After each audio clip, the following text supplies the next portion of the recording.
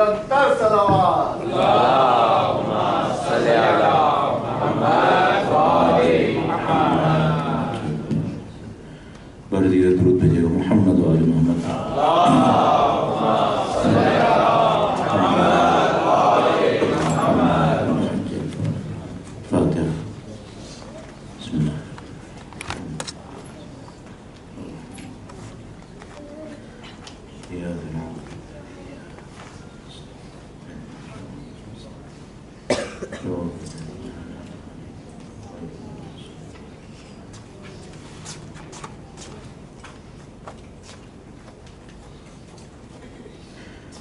اہل بیت اطہار علیہ السلام کی عظمت پر ایک بار پھر درود بھیجے گا محمد اللهم صل على محمد وآل محمد. أعوذ بالله من الشيطان الرجيم. بسم الله الرحمن الرحيم. الحمد لله رب العالمين والصلاة والسلام على سيد الأنبياء والمرسلين حبيب إله العالمين أبي القاسم محمد. اللهم صل على محمد وآل محمد.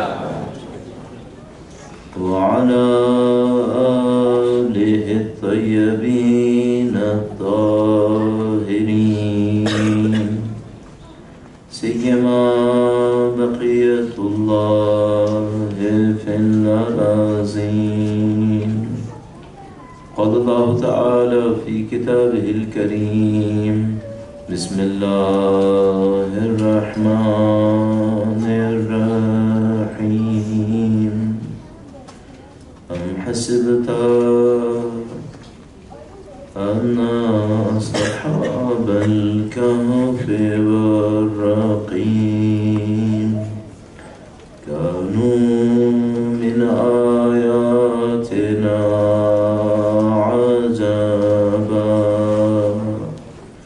اہل بیت اطہار علیہ السلام کی عظمت پر درود بھیجے محمد وآل محمد. اللهم صل على محمد وآل محمد. پروردگار کا انتہائی احسان ہے، انتہائی لطف و کرم ہے.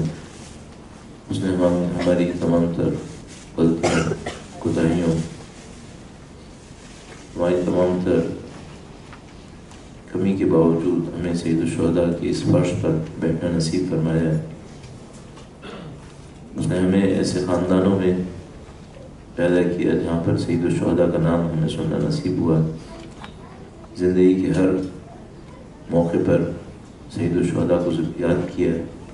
اللہ کی دی ہوئی اس نعمت کا شکر بجا لانے کے لیے، ان کے فرزند سے تجدید عہد کے لیے، اور اس وعدے کے ساتھ کہ مرتدموں تک اہل بیت کے بہترین چاہنے والوں میں خدا ہمیں قرار فرمائے. انشاءاللہ ہمیں ان کی راہ پر چلنے والوں میں قرار فرمائے اور ان کے فرزند کی نصرت کی سعادت نصیب فرمائے. تمام دعاؤں کی قبولیت کے لیے درود بھیجیں محمد وآل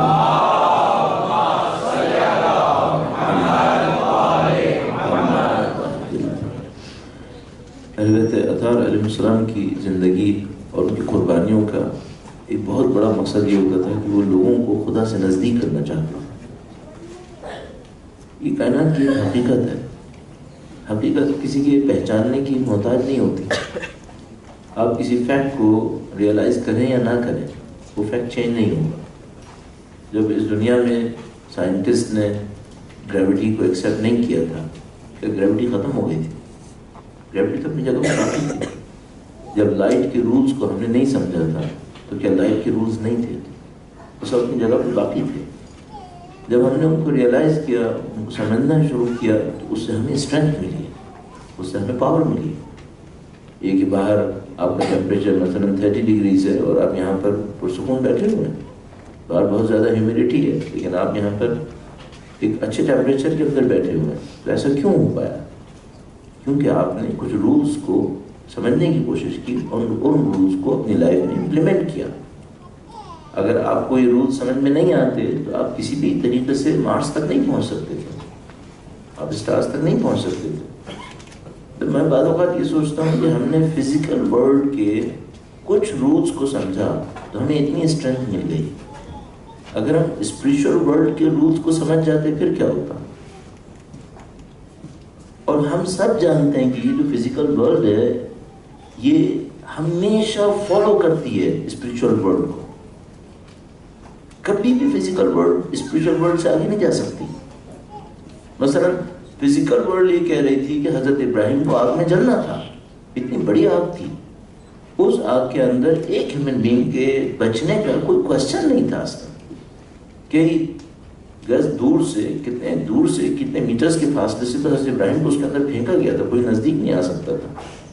تو اس آگ کو فزیکل رولز کے تحت یقیناً حضرت ابراہیم کو جلا دینا تھا، اس میں کوئی بچنے کا چانس نہیں تھا. لیکن اسپریچول ورلڈ کا ایک چھوٹا سا سینٹنس آیا، یا نار کونی بردن و سلام، اے آگ تو ٹھنڈی پڑ جا اور حضرت آدم کے لیے پیسفل ہو جا. معاملہ ختم ہو، سب ختم ہو. یہ جو فزیکل ورلڈ ہے یہ ہمیشہ فالو کرتی ہے اسپریچول ورلڈ کو. ہم لوگوں نے فزیکل ورلڈ کے چند رولز سمجھے ہیں، ہماری اسٹرینتھ اتنی ہے.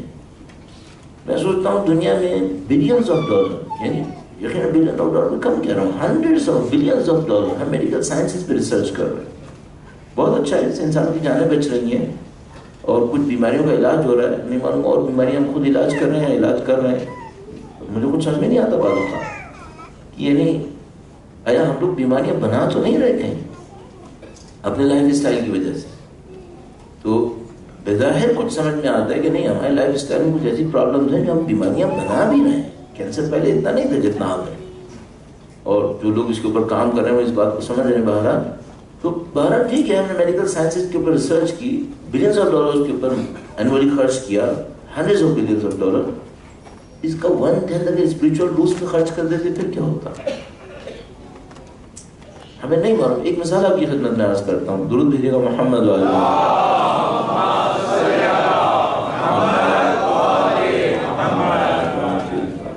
البتہ یہ ایک علیحدہ معاملہ ہے کہ ہمیں اسپریچول ورلڈ کے اوپر بلیف میں کمی نظر آ رہی ہے. ہمارے ایمان میں تھوڑی سی کمی ہوئی ہے، اس کی بہت ساری وجہ تھی. مثلا کسی نے مجھ سے کہا بھائی تم یہ پانی پی لو نا شفا ہو جائے گا. میں نے وہ پانی پیا، مجھے شفا نہیں ہوا، تو میرے بلیف میں کمی ہو گئی. اچھا جس نے مجھے پانی دیا کہ پیو کہ شفا ہوگا، اس نے بہت ساری اس کی کنڈیشنز بتانی تھی مجھے، ان کنڈیشنز کے ساتھ ہوگا. میں نے ان کو فالو نہیں کیا. اگر میں کنڈیشنز فالو نہیں کروں تو کیا فزیکل ورلڈ بھی کام کرتی ہے؟ پھر نہیں. ہم سب کو معلوم، آپ کوئی کیمیکل لیجئے، آپ اپنی باڈی کے اندر دوائیاں جو آپ ظاہر پلس دیتے ہیں، ٹیبلٹس دیتے ہیں، ساری یہ دوائیاں یہ کیمیکلز کے سوا کچھ نہیں ہے. میں ہمیشہ سوچا کرتا تھا، ایک زمانے میں چانس ملا فزیولوجی کی ایک سیمسٹر لینے کا. قوم میں ایک کورس اٹینڈ کر رہا تھا، اس میں ایک سیمسٹر میں فزیولوجی بھی تھا، پتہ نہیں کیوں رکھا گیا تھا. میں اس میں بار بار دیکھتا تھا، وہ پہلا کام یہ کہتے تھے ٹیمپریچر مینٹین کرو، ٹیمپریچر مینٹین کرو. میں ایک دن اپنے ٹیچر کے پاس گیا، میں نے کہا بھائی ٹھیک ہے ٹیمپریچر مینٹین ہونا چاہیے، لیکن یہ کیا مشکل ہے ہر بار ٹیمپریچر مینٹین کرو، سب سے پہلے اس کو اس پہ لے کرو، اس کی کیا ضرورت کیا ہے ہمیں؟ تھوڑا سا باڈی اگر گرم رہے گی تو کیا ہوگا؟ تو اس نے بہت سادہ جواب دیا. انہوں نے کہا بھائی جو کیمیکل ریئیکشنز ہماری باڈی کے اندر ہو رہے ہیں جو مائکرو لیول کے اوپر ہو رہے ہیں، اگر آپ کی باڈی کا ٹیمپریچر وہ نہیں ہوا جو ہونا چاہیے، تو وہ جو مائکرو لیول کے اوپر، سب ایٹامک لیول کے اوپر کیمیکل ریئیکشنز ہو رہے ہیں یہ نہیں ہوں گے. اگر وہ کیمیکل ریئیکشنز نہیں ہوں گے، آپ کی باڈی اپنی ایکٹیویٹی کو نہیں کر پائے گی. پھر آپ اس کو لاکھ میڈیسنز دیتے رہیں، وہ میڈیسنز بھی اپنا اثر نہیں کریں گی. یہ ریالٹی ہے. پھر اچانک میرے ذہن میں کلک کیا کہ ہم اسپریچول ورلڈ کے جو نارمل ٹیمپریچر ہے اس کو مس کر گئے تو کوئی سورہ یاسین ہم پہ اثر نہیں کرے گی. سب سے پہلے اسپریچول ورلڈ کے نارمل ٹیمپریچر کو مینٹین کرو. پھر ہر دعا اثر کرے گی. عجیب عجیب دعائیں ہمارے پاس ہیں. میں ایک دعا آپ کی خدمت میں عرض کرتا ہوں, تذکرہ کرتا ہوں. درود بھیجیے محمد و آل محمد.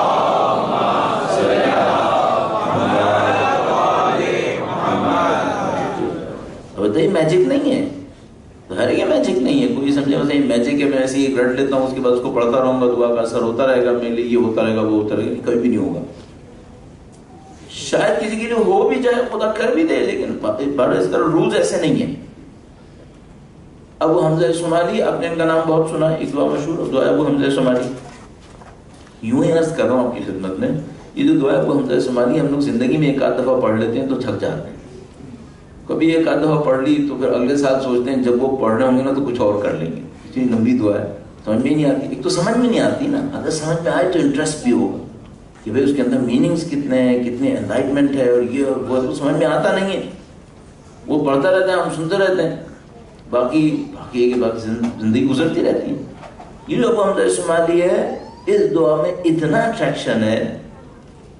ایک موقع مشہور تھا کہ جو عارف کون ہے, علم عرفان میں جس نے محنت کی ہے, عارف عابد اللہ کی بندگی کرنے والے کون ہوتے ہیں؟ تو یوں ہی ایک زمانہ مشہور تھا, کہتے ہیں عارف اور عابد وہ ہوتا ہے جو اس دعا کو قنوت میں پڑھے, اس دعا کو قنوت میں پڑھے. اب کون اس دعا کو قنوت میں پڑھے گا یار؟ ماہ رمضان میں ایک دعا پڑھنا مصیبت بن جاتی ہے. ٹھیک ہے, اب میں آپ کو ایک حقیقت بتاتا ہوں. آج سے تقریباً 30 سال پہلے, 40 سال لگا لیجیے, ایک آدمی نے نجف میں کہا کہ پہلے زمانے میں رسم یہ تھی کہ جو اس دعا کو قنوت میں پڑھتا تھا نا تو سمجھتے تھے یہ عارف ہے. اور قنوت میں کس کے پڑھے؟ نماز شب کی قنوت, نماز شب کی قنوت. تو اس نے کیا کہا؟ اس نے کہا میں دیکھوں گا کتنے لوگ پڑھتے ہیں.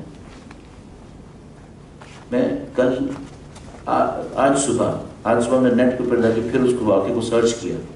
علامہ آیت اللہ قاضی علی قاضی طباطبائی کا زمانہ تھا, بہت بڑے عارف کا زمانہ. آیت اللہ بہجت کے استاد تھے, آیت اللہ بہجت کے استاد, ان کا زمانہ تھا. بہت سارے عرفا ان کے ہاتھ کے تربیت یافتہ تھے. وہ کہتا ہے میں نے حرم میں امیر المومنین میں جا کر گننا شروع کیا. اب جو گھر میں پڑھ رہے تھے وہ تو علیحدہ, ان کو تو ہم کاؤنٹ نہیں کر رہے کہ بھئی نماز شب انہوں نے حرم میں کیوں نہیں پڑھی. اگر عارف تھے تو حرم میں پڑھتے. فجر کی نماز کاؤنٹ نہیں کر رہے, وہ تو ہر ایرا کہرا پڑھ ہی لے گا. ہم نماز شب کی بات کر رہے ہیں. مثلاً وہ آدمی کہتا ہے میں حرم میں امیر المومنین میں گیا, میں نے نماز فجر, نماز تہجد کی قنوت میں ابو حمزہ شمالی پڑھنے والے کاؤنٹ کرنے شروع کیے. تو کہتا ہے 70 تک تو میں نے بھی کاؤنٹ کیا تھا, 70 تک میں نے بھی کاؤنٹ کیا تھا. آخری زمانے تک بھی 40-50 بندے مل جاتے تھے. اب میں ایک بات سوچتا ہوں, ان کو دعا میں کیا ملتا ہے؟ وہی تو بیٹھ کے پڑھنا مصیبت ہو رہی ہے, وہ تہجد پہ کھڑے ہو کے پڑھ رہے ہیں. اور میں سال میں ایک دفعہ پڑھتا ہوں تو گھبرا جاتا ہوں, وہ ہر روز پڑھ رہے ہیں. پتہ نہیں ان کے پاس ٹائم کہاں سے آتا ہے. میرے پاس تو ٹائم ہی نہیں ہوتا, جاب وغیرہ یہ وہ سمجھ میں نہیں آتا. کیا آپ کے خیال میں یہ لوگ بیکار بے روزگار لوگ ہوتے ہیں؟ ہمارے پاس وقت نہیں ہوتا, ان کے پاس وقت ہی وقت ہوتا ہے. معاملہ کچھ اور ہے, ان کے پاس کچھ اور ہے. یہ جو ابو حمزہ شمالی ہیں, یہ مولا چوتھے امام کے صحابی ہیں. امام سجاد کی ذات پر درود بھیجیں.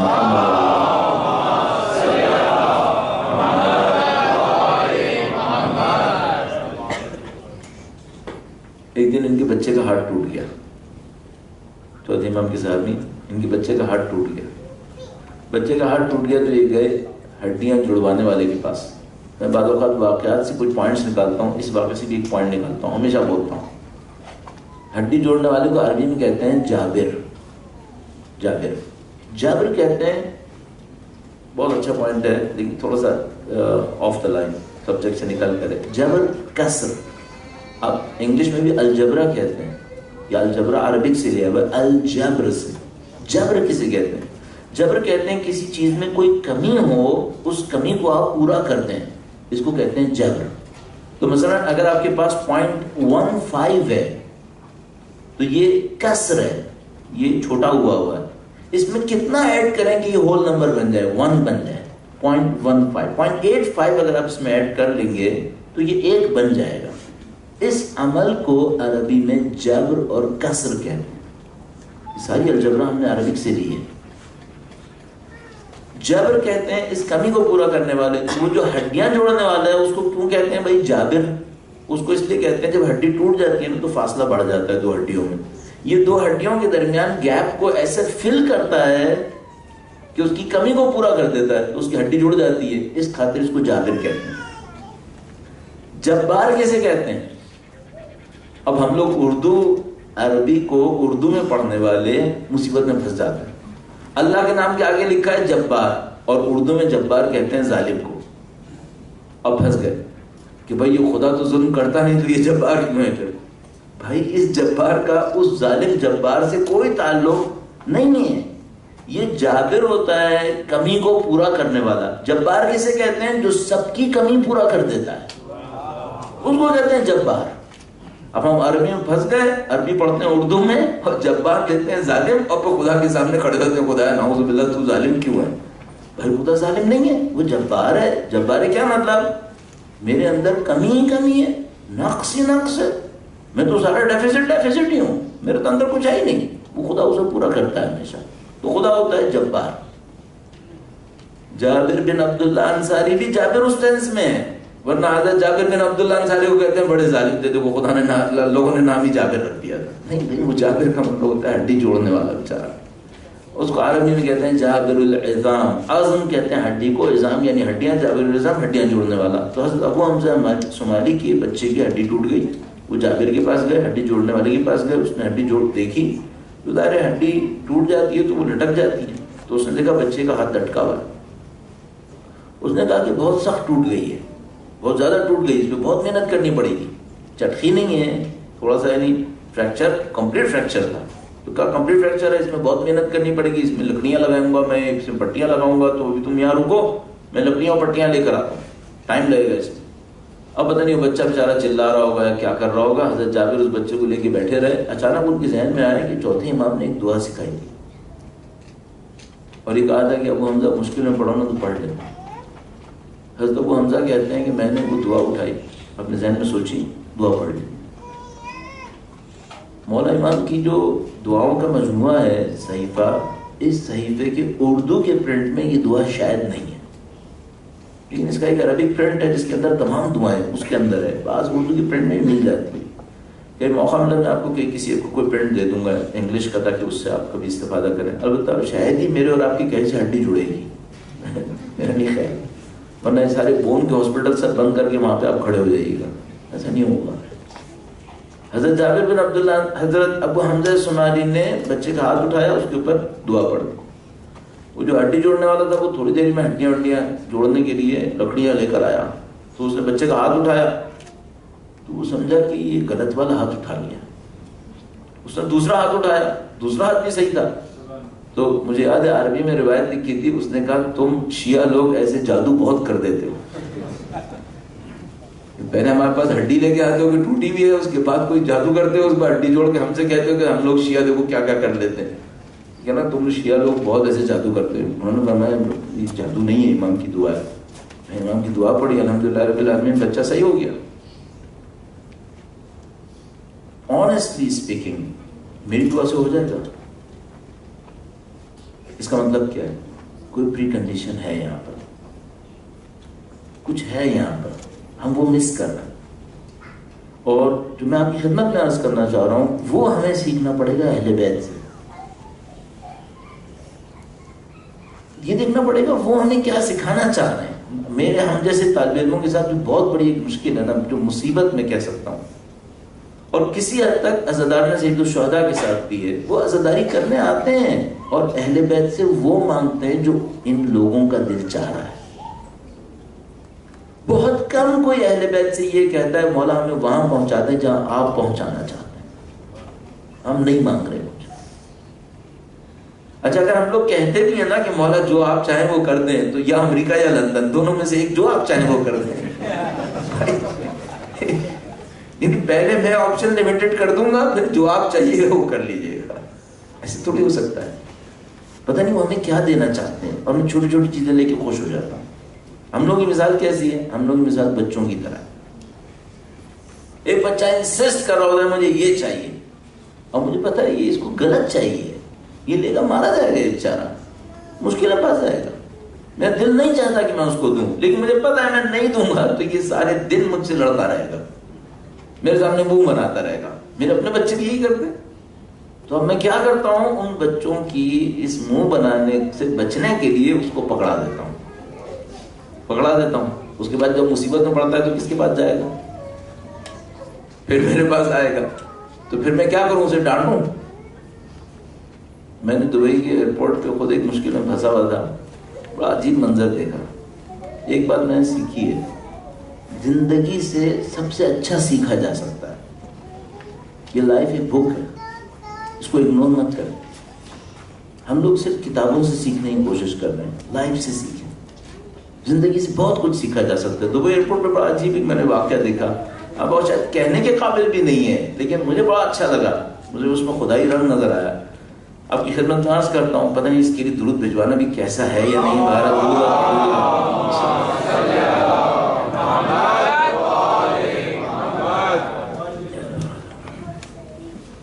صاحب ہم نے دیکھا ایسی پرابلم میں ہم بھی پھنسے ہوئے تھے، ہماری بھی فیملی ساری بچوں کے ساتھ کھڑے ہوئے تھے، ایک پرابلم میں آ گئے. تو دیکھا ایک اور فیملی بھی پرابلم میں تھی. جب اس میں وہ لوگ عرب تھے، ایک چھوٹی بچی تھی، اس کا ایک بڑا بھائی تھا اور ان کے بابا، بچی کا باپ اور بچی کا بھائی. باپ نے بچی کو گود میں لیا ہوا تھا، بچی ضد کر رہی تھی، پتہ نہیں کسی چیز کے اوپر بہت ضد کر رہی تھی. باپ بیچارہ خود ہماری طرح پاسپورٹ کے مسئلے میں الجھا ہوا تھا. اس نے کچھ دیر تو صبر کیا. جب اس بچی نے اس کی گود میں بہت بلوا کیا تو اس نے بچی کو زمین پہ گرایا اور گرا کے چلا گیا. وہ بہت غصہ آیا. جب بچی کو بیچاری کو زمین پہ جب اس نے گرا دیا نا، بچی تو اپنے باپ سے ظاہر اٹیچ تھی، اس کو بہت برا لگا کہ مجھے گرا کے چلا گیا. تو اس کا جو بھائی تھا وہ اس کی نزدیک آنے لگا تاکہ اپنی بہن کو ہمدردی کرے. تو یہ بچی اپنے باپ کے اوپر ہونے والے غصے کو اپنے بھائی کو اتارنے لگی، اس کو مارنے لگی. اچھا اس نے کیا کیا، پٹ گیا. اس نے 2-4 ہاتھ اس کو مارے، ہنستا رہا، پٹتا رہا. پھر اس کے بعد جب بچی کا غصہ اتر گیا نا تو وہ بھائی سے جا کے گلے لگ کے رونے لگی. تو اس نے پھر گلے بھی لگا لیا اس کو رونے کے لیے. تو میں سوچنے لگا یہ جو بھائی ہے نا یہ اس وقت نبی کی طرح ہے، یہ بالکل نبی کی طرح ہے. اس وقت اپنے قوم کو نصیحت کرتا ہے، وہ نصیحت سنتی نہیں ہے، وہ اسے مارتی ہے، بددعا نہیں دیتا، پٹ لیتا ہے. اس کے بعد یہ قوم کہتی ہے کہ مولا ہم آپ کے پاس آنے کو تیار ہیں، تو پھر کیا کرتا ہے، پھر گلے سے لگا لیتا ہے. کاش ہم لوگ تھوڑے سے عقل مند ہو جائیں. کیوں اپنے امام سے وہ چیزیں مانگے ہیں جن کو مانگنے کی کوئی ضرورت ہی نہیں ہے، جو ہمارے فائدے میں آئی نہیں اصلا. اچھا یہ کب ہوگا، یہ ہم کب سیکھیں گے، جب ہمارا ویژن صحیح ہوگا، جب ہماری اورینٹیشن صحیح ہوگی. بدقسمتی سے ہم میں سے بہت سارے لوگوں کی لائف کے بارے میں اورینٹیشن صحیح نہیں ہے، ہمارا لائف کے بارے میں ویژن صحیح نہیں ہے، ہمیں انڈرسٹینڈنگ میں پرابلم ہے. اپنی لائف کو کچھ اور سمجھ رہے ہیں، وہ کچھ اور سمجھ رہے ہیں اس کو. اس وجہ سے ایک پرابلم آئی بھی ہے. تو کچھ چیزوں پہ فنڈامنٹلی ہمیں صحیح کرنا پڑے گا. وہ جو حسینی ثقافت میں آپ سے کہہ رہے ہیں، وہ سید الشہداء کے کلچر کو ابزارو کرنے کے لیے ہمیں فنڈامنٹلی کچھ چیزوں کو صحیح کرنا پڑے گا. سب سے پہلے اس میں سے کیا ہے، آپ کی لائف کے بارے میں انڈرسٹینڈنگ کیا ہے، آپ زندگی کو دیکھتے کیسے ہیں، دنیا کو دنیا کے لیے دیکھتے ہیں یا دنیا کو آخرت کے لیے دیکھتے ہیں. یہ سب سے بڑا کوشچن ہے جو پرابلم کو سالو کرنے کے لیے کی ہے. چند جملے اس پہ عرض کروں گا، درود بھیجے گا محمد وعلی محمد.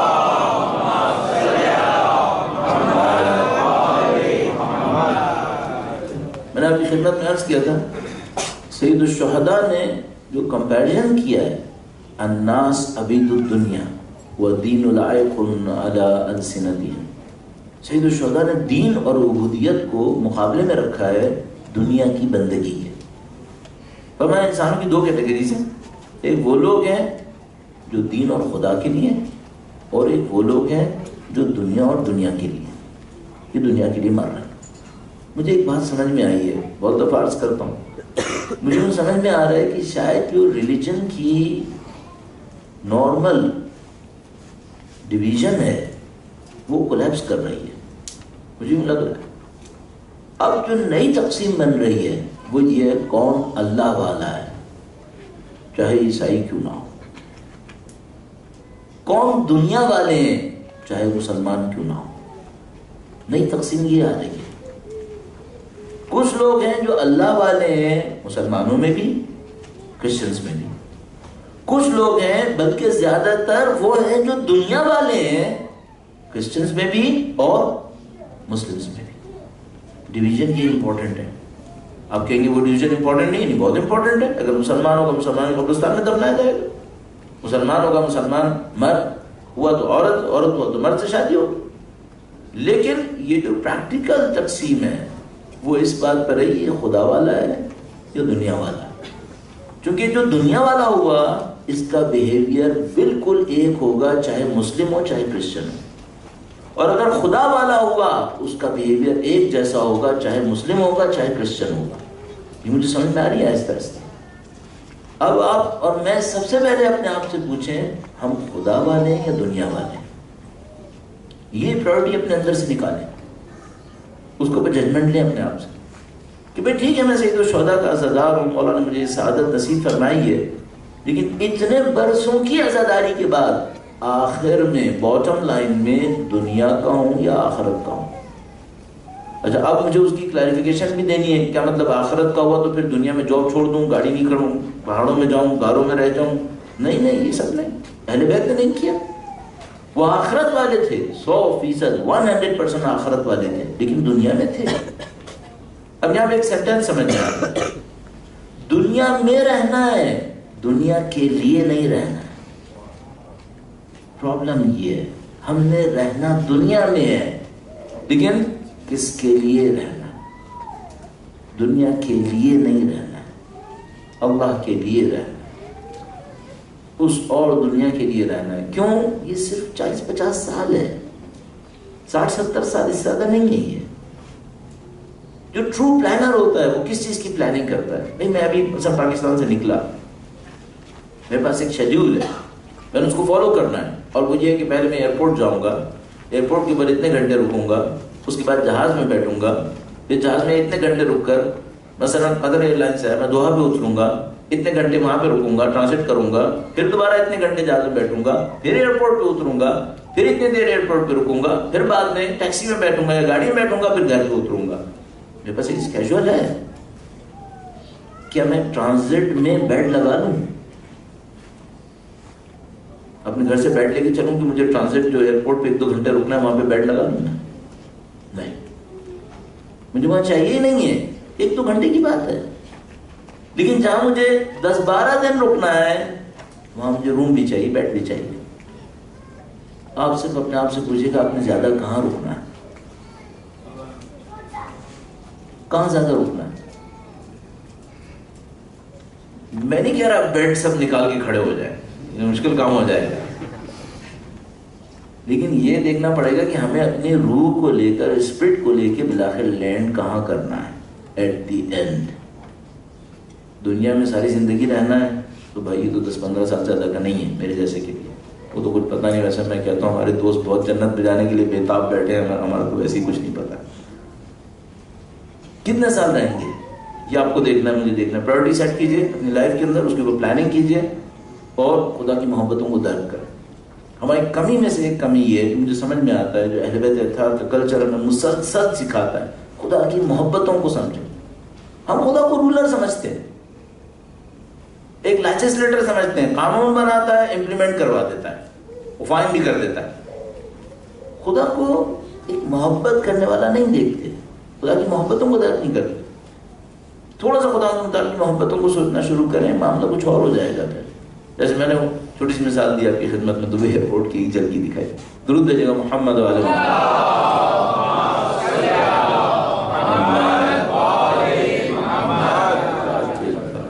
میں اسی کے اوپر تھوڑا سا اور عرض کروں آپ کی خدمت میں، بلکہ جبکہ یہ جو دنیا اور آخرت کا مسئلہ ہے اس کے اوپر بات کرنے میں ہمیشہ پرابلم آتی ہے۔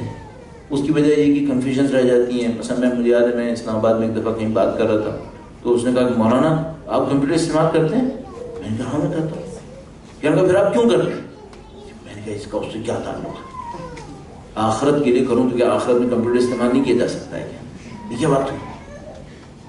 یہ مس انڈرسٹینڈنگ آ جاتی ہے. لیکن ظاہر ہے آپ الحمدللہ سب کے سب ایجوکیٹڈ ہیں, الحمدللہ آپ کے ذہن میں ایسی کوئی چیز نہیں آئے گی.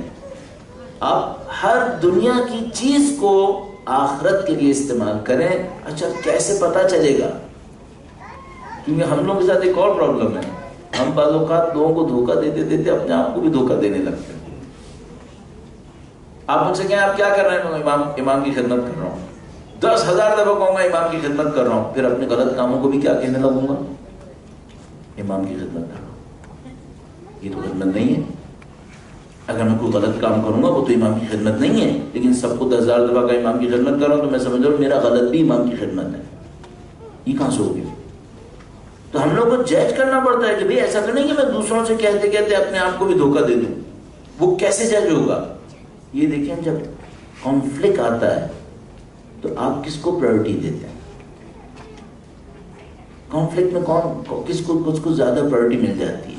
آپ کی طرف سے, میری طرف سے. اس سے پتا چلے گا ہماری لائف کی اصلی پرائورٹی کہاں پہ سیٹ ہوئی ہوئی ہے. اس کو وہاں سے نکالیں. اب یقین فرمائیے کہ آپ سید الشہداء سے میں اور آپ کیا سیکھنا چاہتے ہیں 1400 سال کے بعد؟ کلچر کا ڈفرینس ہے, لینگویج کا ڈفرینس ہے, جغرافی کا ڈفرینس ہے, انوائرمنٹ کا ڈفرینس ہے, سب کچھ ڈفرینٹ ہے. لیکن جو چیز سیکھ سکتے ہیں مجھے کہ سید الشہداء نے لائف کا آبجیکٹو کیا بتایا ہے, یہ کامن ہے. انفارچونیٹلی ہم سید الشہداء سے بہت کچھ کہہ رہے ہیں لیکن یہ کام کم سیکھ رہے ہیں کہ لائف کا آبجیکٹو ہونا چاہیے. وہ آبجیکٹو بالکل کلیئر کٹ خدا کے لیے ہونا چاہیے. اس کے اوپر سب کچھ قربان ہوتا ہے. ابھی آنیسٹلی اسپیکنگ ہم لوگوں کے ساتھ کیا ہوتا ہے؟ بچوں کے کیریئر پہ سب قربان. ہم لوگ یہ کر رہے ہیں. ہماری مین پرائورٹیز کچھ اور ہیں. بچوں کے کیریئر غلط ہے کیا؟ نہیں, بالکل صحیح ہے. پرائورٹی دینی چاہیے نہیں دینی چاہیے؟ بالکل دینی چاہیے. دین سے زیادہ نہیں. سید الشہداء نے حضرت علی اکبر کو قربان کیا, دین سے زیادہ نہیں ہو سکتا. یہ ہمیں چیک کرنا پڑے گا بار بار کہ کہیں ہم کو غلطی تو نہیں کر رہے. میں اس کو تھوڑا سا اور آگے بڑھانے کی کوشش کروں گا, وقت بہت کم رہ گیا. درود بھیجیے گا محمد وعلى محمد.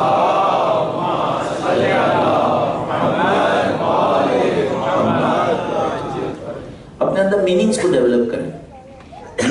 میننگز کا ڈیولپ کرنا کا کیا مطلب ہوا؟ کل میں نے آپ کی خدمت میں عرض کیا تھا, ہم لوگ جو ڈیسیشنز لے رہے ہوتے ہیں ہماری کلچر سے نکل رہے ہوتے ہیں. ان کلچرز میں کچھ مین ورڈز ہیں, کی ورڈز, کی کانسیپٹس. اگر وہ کی کانسیپٹ صحیح ہو گئے باقی کلچر صحیح رہے گا. باقی آپ پینٹ پہنے یا پاکستانی ڈریس پہنے یا عربی ڈریس پہنے, کون اس کی پرواہ کرتا ہے؟ اس کی کوئی مشکل نہیں ہے. صرف پرابلم یہ ہے وہ جو کلچر کے کی کانسیپٹس ہیں وہ کلیئر ہیں یا نہیں ہیں. اچھا وہ کلچر کی کانسیپٹس کون کون سے ہیں؟ نمبر 1, آپ لائف کسے کہتے ہیں؟ لائف کی ڈیفینیشن آپ کے نزدیک کیا ہے؟ صرف یہاں پر یا کہیں اور بھی ہے؟ اگر کہیں اور بھی ہے پریفرنس کس کو ہے؟ یہ سیٹ کریں. نمبر 2, آپ اپنی ایگزسٹنس کس چیز میں دیکھ رہے ہیں, باڈی میں یا سول میں؟ پریفرنس کس کو ہے؟ کس کے اوپر کتنی دیر محنت کی ہے؟ اس کو سیٹ کریں.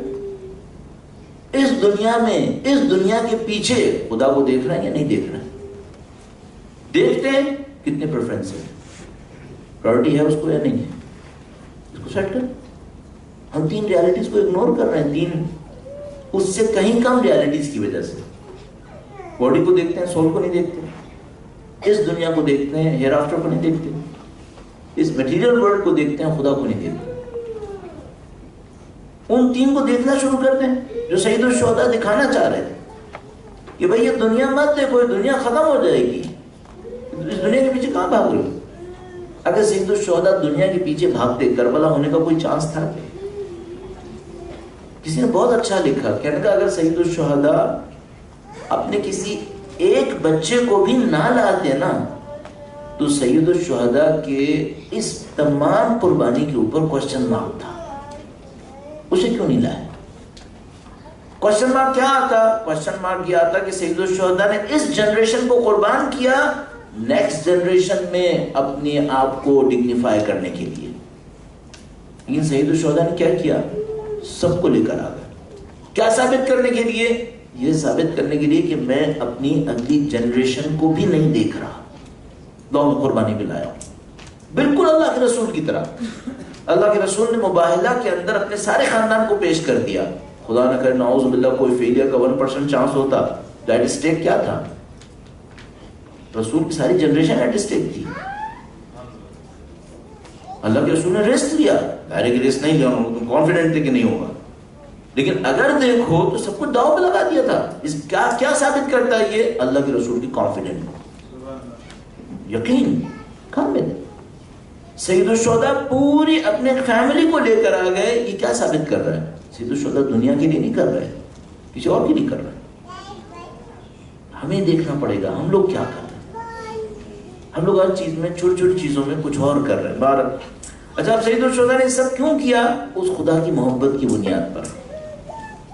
میں بار بار محبت کی طرف لا کے آپ کو لانا چاہتا ہوں، میرے دماغ میں کچھ اور آ جاتا ہے، میں کہیں اور چلے جانا شروع کرتا ہوں، وقت کو بھی دیکھتا رہتا ہوں، اس سے ایک اور پریشر بڑھتا رہتا ہے۔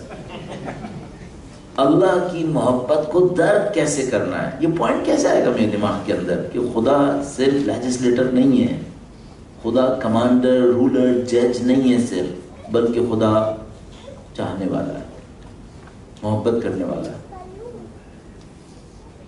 آپ اب صرف اس بات کو اس طرح سے دیکھیں، جب انسان سخت مصیبت میں پڑتا ہے تو کسے یاد کرتا ہے؟ اور سید الشہداء جب آخری سجدے میں تھے تو کسے یاد کر رہے تھے؟ اس خدا کی محبت کو۔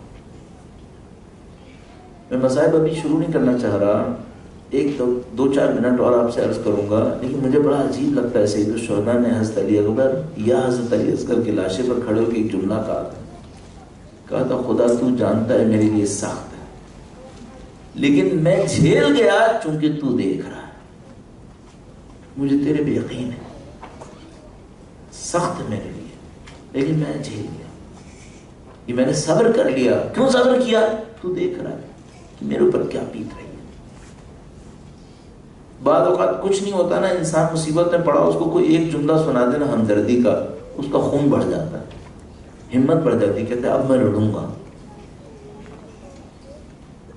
خدا کی محبت چاہیے ہمیں، یقین فرمائیے اگر یہ محبت میں اور آپ درد نہیں کر سکے نا تو پھر ہمارے لیے اس دنیا میں رہ کر اس کرنٹ دنیا سے لڑنا یہ بہت مشکل ہو جائے گا۔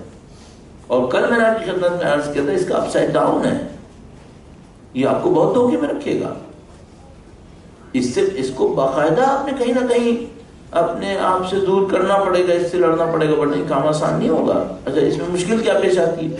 مشکل یہ پیش آتی ہے کہ انسان سب کچھ تو برداشت کر سکتا ہے، رسپیکٹ کو کیسے برداشت نہ کرے، رسپیکٹ کا ایشو ہے۔ اس کو ذرا سا ایکسپلین کروں گا، درود بھیجے گا محمد و آل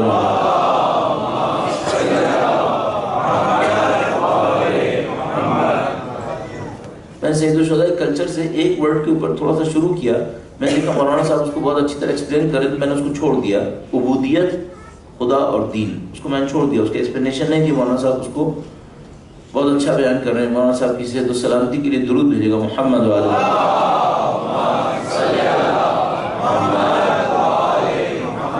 مولانا صاحب یہاں نہیں ہیں، جا چکے ہیں بھائی، میں آپ ان کو مت دیکھیں، غائب کے لیے بھی تو درود بھیجا جا سکتا ہے، کیا مشکل ہے۔ دوسرا ورڈ جو سید الشہداء کے کلچر کا امپورٹنٹ پارٹ مجھے سمجھ میں آتا ہے وہ کیا ہے، کل اس پہ عرض کروں گا، عزت۔ عزت ہماری دنیا میں ویکیبلری کے میننگز چینج ہوئے ہیں۔ آپ کہیں گے یہ لوگ مبالغہ کرتے رہتے ہیں، یہ لوگ اپنے ایموشنل باتیں کرتے رہتے ہیں، اس وجہ سے کہہ رہے ہیں، بلیو می، میں آپ سے کہہ رہا ہوں ہماری کلچرل ویلیوز کے جو ورڈز ہیں، ویکیبلریز ہیں، چینج ہوئی بھی ہیں، یہ وہ نہیں ہے جو ہم سمجھ رہے ہیں۔ مثلا عزت کی ڈیفینیشن ہماری کلچر میں کیا ہے؟ عزت کسے کہتے ہیں؟ شرم ہمارے نزدیک، ماڈسٹی ہمارے نزدیک کیا ہے؟ مثلا کسی آدمی سے کہنا یہ سستے سے کپڑے پہنو تو کہے گا مجھے شرم آتی ہے۔ اللہ اسی شرم کے بارے میں کہہ رہا تھا یا کوئی اور شرم تھی؟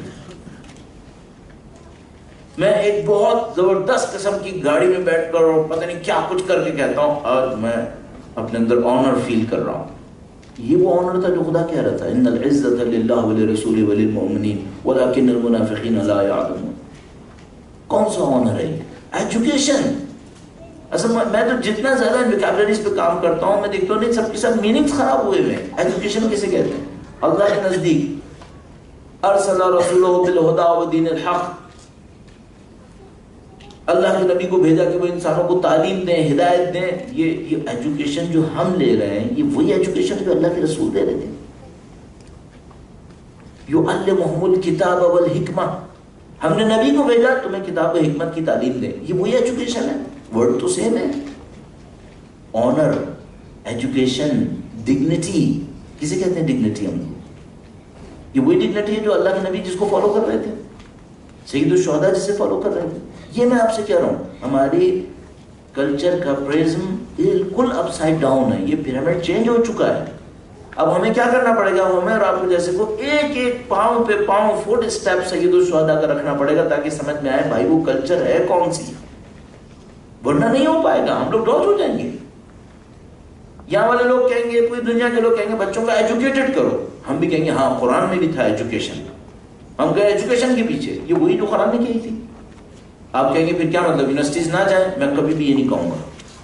میں بار بار کہوں گا، ہمیشہ یہ جملہ سائڈ میں لگا دیتا ہوں تاکہ مس انڈرسٹینڈنگ کا دروازہ نہ کھولے، بعد میں پتہ چلے کچھ اور شروع ہو جائے.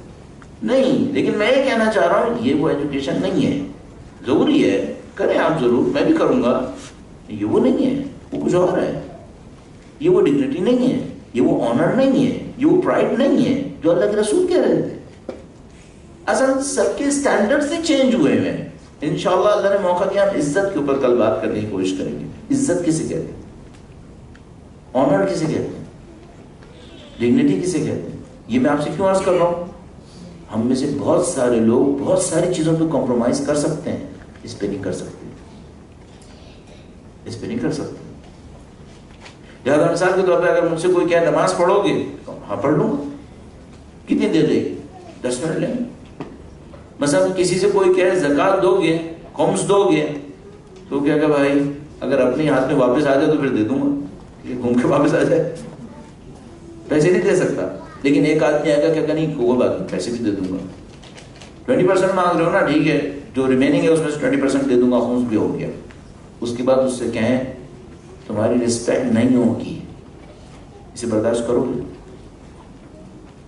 اب لوگ سلپ کرتے ہیں کہ نہیں یہ نہیں ہو سکتا. رسپیکٹ تو چاہیے. میں نہیں کہہ رہا رسپیکٹ نہیں چاہیے، مجھے بھی رسپیکٹ چاہیے، لیکن کاسٹ کیا ہے؟ اگر کانفلکٹ ہو جائے پھر چاہیے نہیں چاہیے. جو ہماری بہنیں پردہ کر رہی ہیں نا، یہ ہم سے زیادہ مجاہد کر رہی ہیں. یہ بعض اوقات اپنی رسپیکٹ لوز کرتی ہیں. اس پہ ہم فیل بھی نہیں کرتے. یہ لوگ رسپیکٹ لوز کرتی ہیں بعض اوقات، یہ جہاد کر رہی ہیں.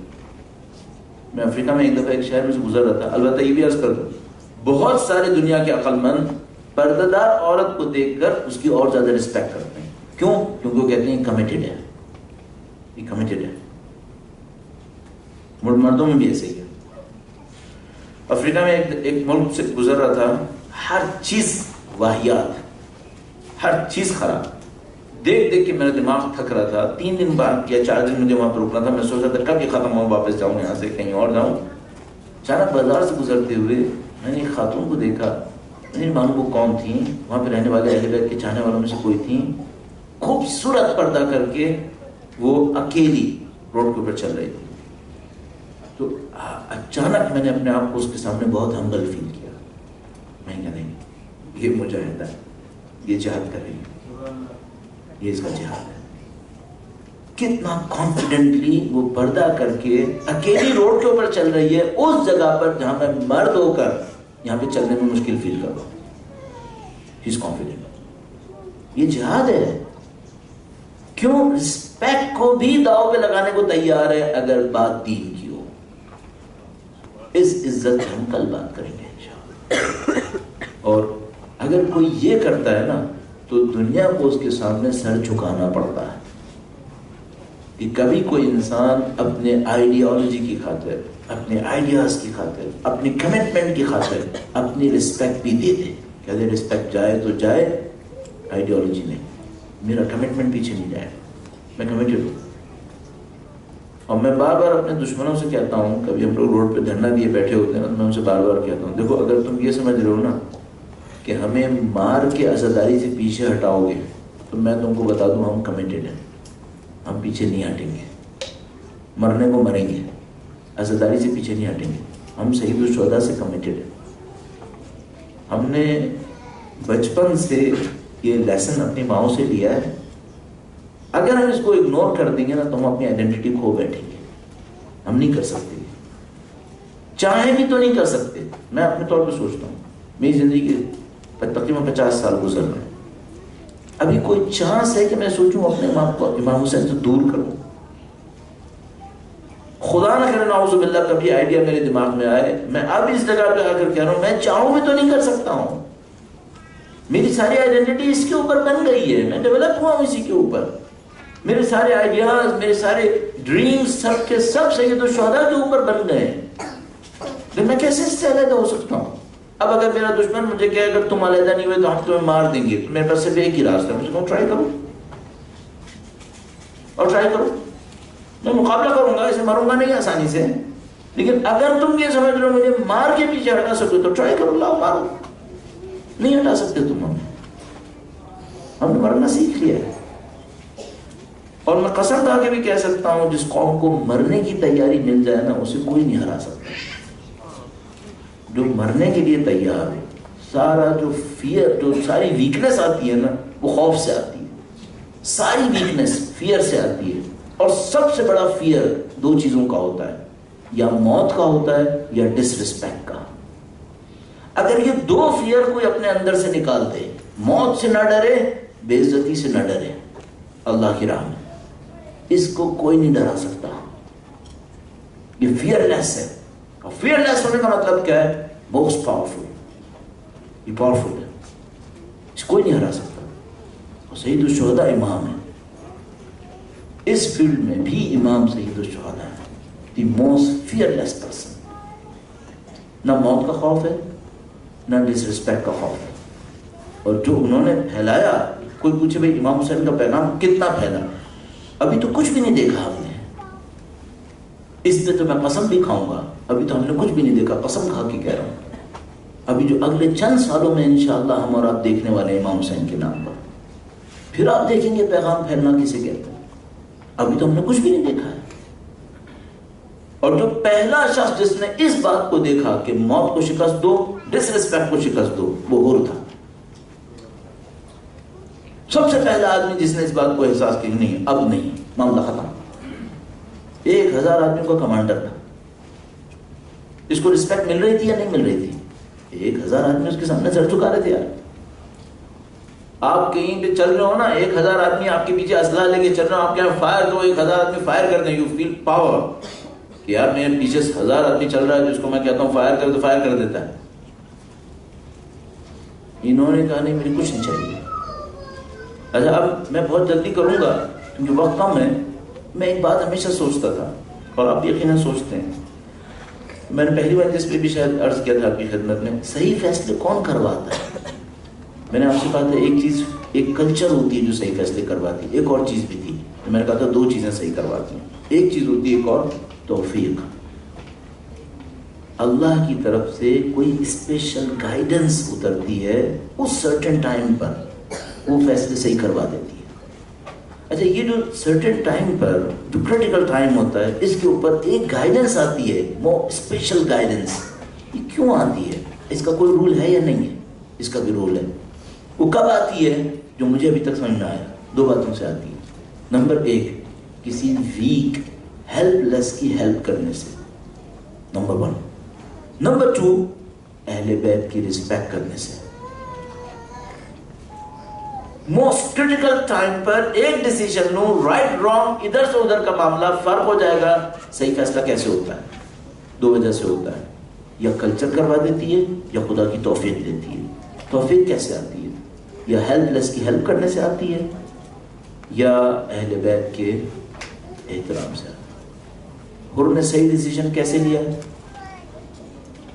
اہل بیت کے احترام سے لیا، اہل بیت کے احترام سے۔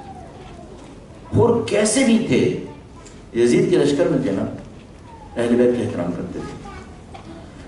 روایت بیان کرتے ہیں کہ جب میں کوفہ سے چلنے لگا تو مجھے پیچھے سے ندا آئی، اب شروع ہو بالجنہ، اس کو جنت کی بشارت دے دو۔ تو حور کہنے لگے، حور نے کسی سے بتایا بعد میں، کہنے لگے کہ میں یہ سوچ رہا تھا کہ جو حسین سے لڑنے جاتا ہو اس کو جنت کیسے مل سکتی ہے۔ سید الشہداء کو بہت اچھی طرح آئیڈینٹیفائی کیے ہوئے تھے، ان کو پہچانتے تھے کہ امام حسین کون ہے۔ تو کہا جو حسین سے لڑنے جا رہا اس کو جنت کہاں ملتی ہے؟ اس کے بعد کہا نہیں شاید کوئی چانس ہے میرے لیے۔ اور آگے بڑھے، سید الشہداء کے سامنے پہنچے، ایک کمانڈ لے کر آئے اور اس کمانڈ کو انہوں نے ایگزیکیوٹ کرنا ہے، اور وہ کیا ہے کہ امام حسین کا راستہ روکیں۔ سید الشہداء کے سامنے کھڑے ہو گئے، کہا کہ میں تمام تر رسپیکٹ کے ساتھ آپ کا راستہ روکنے آیا ہوں۔ اب میں نے آپ کی خدمت میں عرض کیا تھا نا، محبتوں کو درد کریں۔ میں تو خیر شرمندہ ہوں آپ کے سامنے، میں کوئی تکلیف نہیں اٹھاتا، لیکن آپ ظاہر مشکل بھی اٹھاتے ہیں، کل آپ کو کہیں جانا بھی ہوگا، یہ بھی ہوگا، جیسے اس کے مقابلے میں دوسرے اٹھا رہے ہیں، ہم تو کچھ بھی نہیں کر رہے، دوسرے بیچارے جانا تیری پہ رکھ کے آتے ہیں، ہم لوگ کیا کر رہے ہیں۔ لیکن جب بھی آپ کوئی مشکل اٹھائیں نا سید الشہداء کے نام پر، تو صرف اس بات کو ذہن میں رکھیے گا جو اب میں آپ سے کہنے والا ہوں۔ سید الشہداء کے سامنے ہور پہنچے، 1000 کا لشکر لے کر، کہا ہم آپ کا راستہ روکنے آئے۔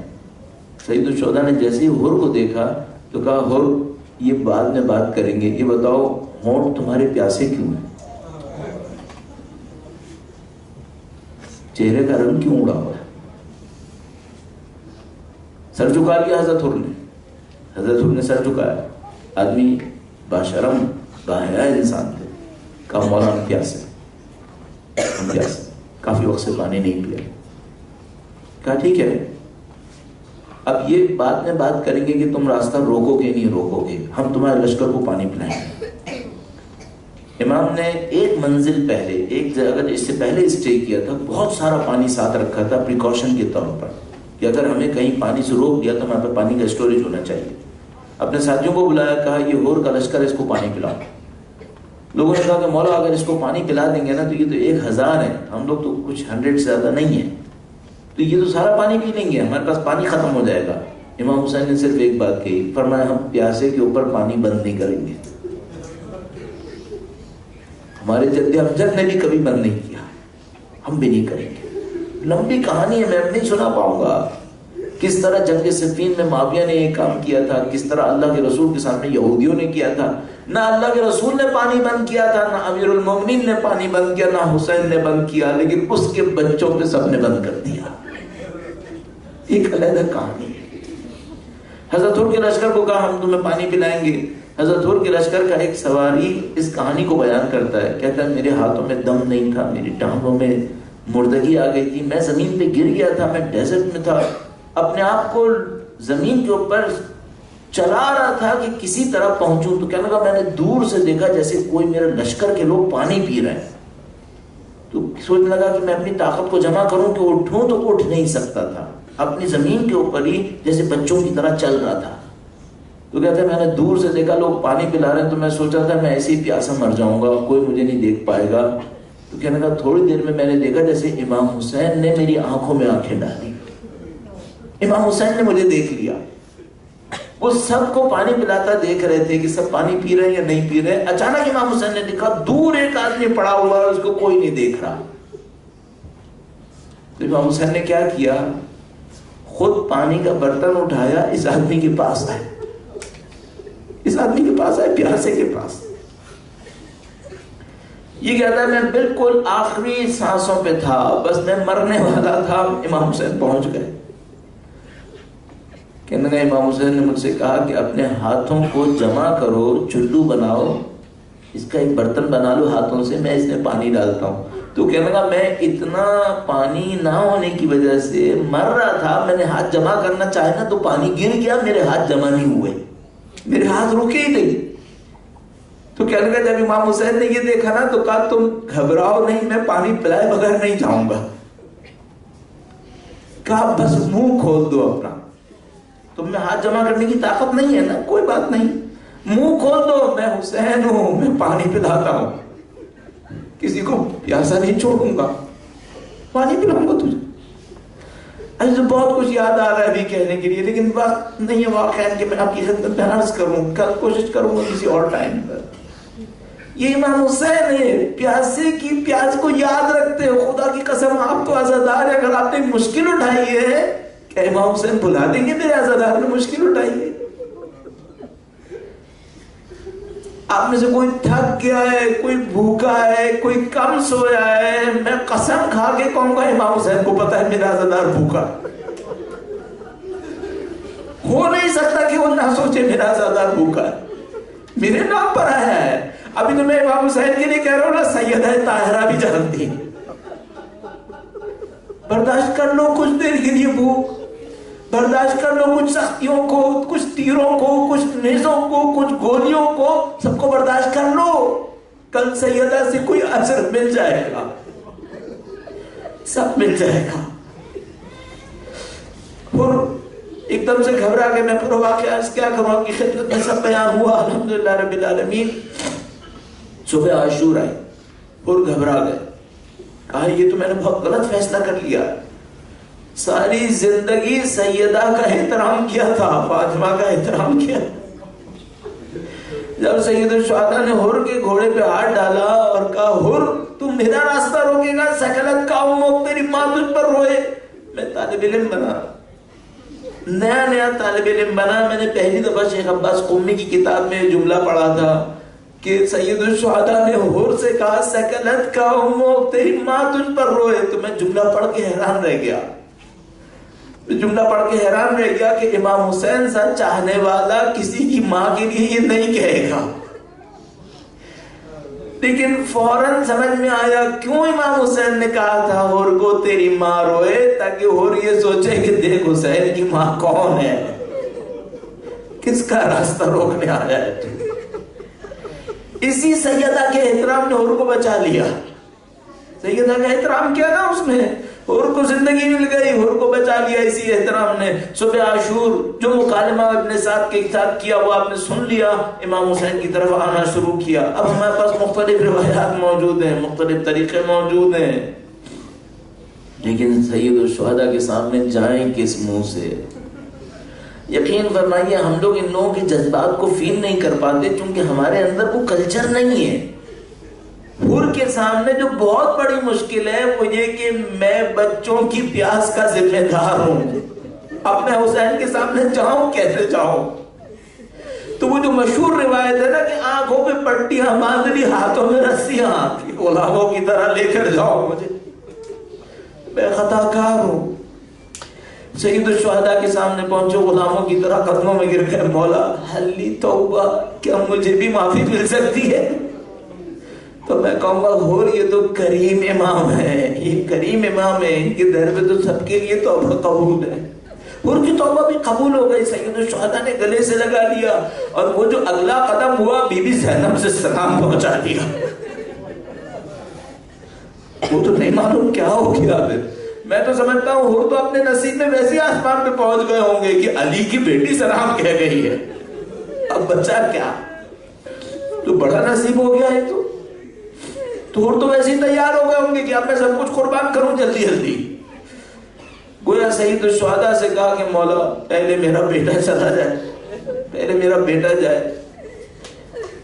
اجازت ملی، گویا بیٹے کو روانہ کیا. اختلاف روایات کے مطابق بیٹے کو روانہ کیا، بیٹا زمین پہ گرا. مجھے نہیں معلوم بیٹے نے باپ کو بلایا یا بیٹے نے امام حسین کو بلایا، لیکن گویا حر کھڑے ہوئے کہ بیٹے کا لاشا لے کر آئے. امام حسین نے کہا دیکھو حر تم 1000 کا لشکر چھوڑ کر ہم غریبوں کے پاس آ گئے، بڑی بات تھی. تم نے آنکھوں پہ پٹیاں باندھ لی، ہاتھوں میں رسیاں باندھ کر توبہ کی، یہ بھی بہت بڑی بات تھی. تم ہم پیاسوں پہ قربان ہونے کے لیے کھڑے ہوئے ہو، یہ بھی بڑی بات ہے. لیکن حر جوان بیٹے کا لاشا لاؤ، یہ تمہارے بس کی بات نہیں ہے. جوان کا لاشا تم نہیں لا سکتے، جوان کا لاشا تیرے جوان کا لاشا میں لے کر آؤں گا. بس اب میرے اندر تو کہنے کی جرات نہیں ہے کہ ابھی کچھ ہی دیر کے بعد ایک 18 سال کا جوان ایڑیاں رگڑے گا، اس کا لاشا کون اٹھانے والا ہے؟ یہ امام حسین اٹھائیں گی یا زینب اٹھائیں گی، اللہ جانتا ہے. بس ایک عجیب معرکہ ہوا، اور زمین پہ گرے. پر 2 منٹ کی زحمت آپ کو اور دوں گا، مصائب کا یہ حصہ نہیں عرض کرتا ہوں میں، مجھے لگتا ہے کمی کر گیا. اور زمین پر گرے، سید الشہداء وہاں پر پہنچے، ہور کے اوپر ایک رومال باندھا. اب وہ رومال بی بی سیدہ سلام اللہ علیہا کا رومال تھا. نہیں معلوم اس رومال کی کیا تاثیر تھی، لیکن واللہ جب مولانا صاحب یہ مصائب کے حصے میں پہنچے نا تو میرا دل چاہ رہا تھا کاش اس رومال کا ایک دھاگا میرے کفن میں پہنچ جائے، ایک دھاگا پہنچ جائے. یہ تو نہیں معلوم کہ دعا کیسے قبول ہوگی، لیکن آرزو کرنے میں کیا برائی ہے. شاید حسین کی برکتوں سے یہ بھی نصیب ہو جائے. سید الشہداء نے ہر کی گویا پیشانی کے اوپر وہ رومال باندھ دیا. اب آپ کو معلوم ہے ہر کا روضہ کربلا سے تھوڑا فاصلے کے اوپر ہے. وہ کیوں ہے؟ ہر کا قبیلہ بہت بڑا قبیلہ تھا، ریاحی قبیلہ بہت بڑا قبیلہ تھا. جب لاشوں کی باری آئی تو ریاحی قبیلہ بیچ میں آ گیا، کہنے لگا ہم اپنے بندے کا لاشا یہاں قربان نہیں ہونے دیں گے. وہ ہر کا لاشا دے کے دور چلے گئے، ہر کے لاشے کو کہیں اور دفنا دیا. جو آپ زیارت پہ گئے ہوں گے آپ نے دیکھا ہوگا ہر کا لاشا کافی دور دفن ہوا ہوا ہے، ان کی قبر دور ہے. تو یہ ایران میں ایک بادشاہ ہوا کرتا تھا ناصر الدین شاہ. ناصر الدین شاہ اہل بیت کا چاہنے والا تھا. کربلا زیارت کے لیے گیا، کربلا زیارت کے لیے گیا تو کہنے لگا میں ہر کی قبر پہ نہیں جاؤں گا. کہنے لگا میں ہر کی قبر پہ نہیں جاؤں گا. علماء نے کہا صحیح نہیں ہے، اہل بیت کا صحابی ہے، ان کی قبر پہ کیوں نہیں جائے گا؟ کہنے لگا کہ اگر یہ حسین کا صحابی ہوتا تو کربلا میں دفن کیوں نہیں ہوا، کربلا سے باہر کیوں دفن ہوا؟ انہوں نے کہا بھائی وہ قبیلے والے اٹھا کے لے گئے تھے. کہنے لگا اس کا مطلب ہے امام راضی نہیں ہے. کہا ایسی باتیں مت کرو، امام حسین کا صحابی ہے. کہنے لگا اچھا صحابی ہے نا تو میں بادشاہ ہوں، میں کہتا ہوں قبر کھولو، میں قبر دیکھتا ہوں. اللہ اکبر. لوگوں نے ڈانٹا سمجھایا کہ دیکھ ہر کی قبر ہے مت کھول. کہنے لگا نہیں مجھے قبر کھولنی ہے، مجھے دیکھنا ہے کہ آیا واقعی صحابی امام حسین ہے یا نہیں ہے. جناب قبر کھدوا دی اس نے. قبر جو کھدوائی تو دیکھا ہر کا لاشا ویسے کا ویسا جیسے امام حسین نے دفنایا تھا، ویسے کا ویسا رکھا. اب تو لاشے کو دیکھا تو رومال پیشانی پہ بندھا ہوا تھا، رومال ابھی تک پیشانی پہ بندھا ہوا تھا.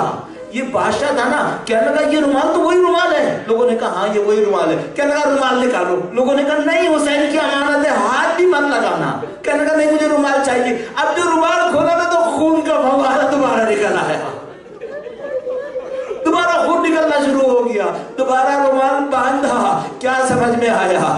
حسین اپنے بندے کو نہیں بھولتے، کبھی نہیں بھولتے.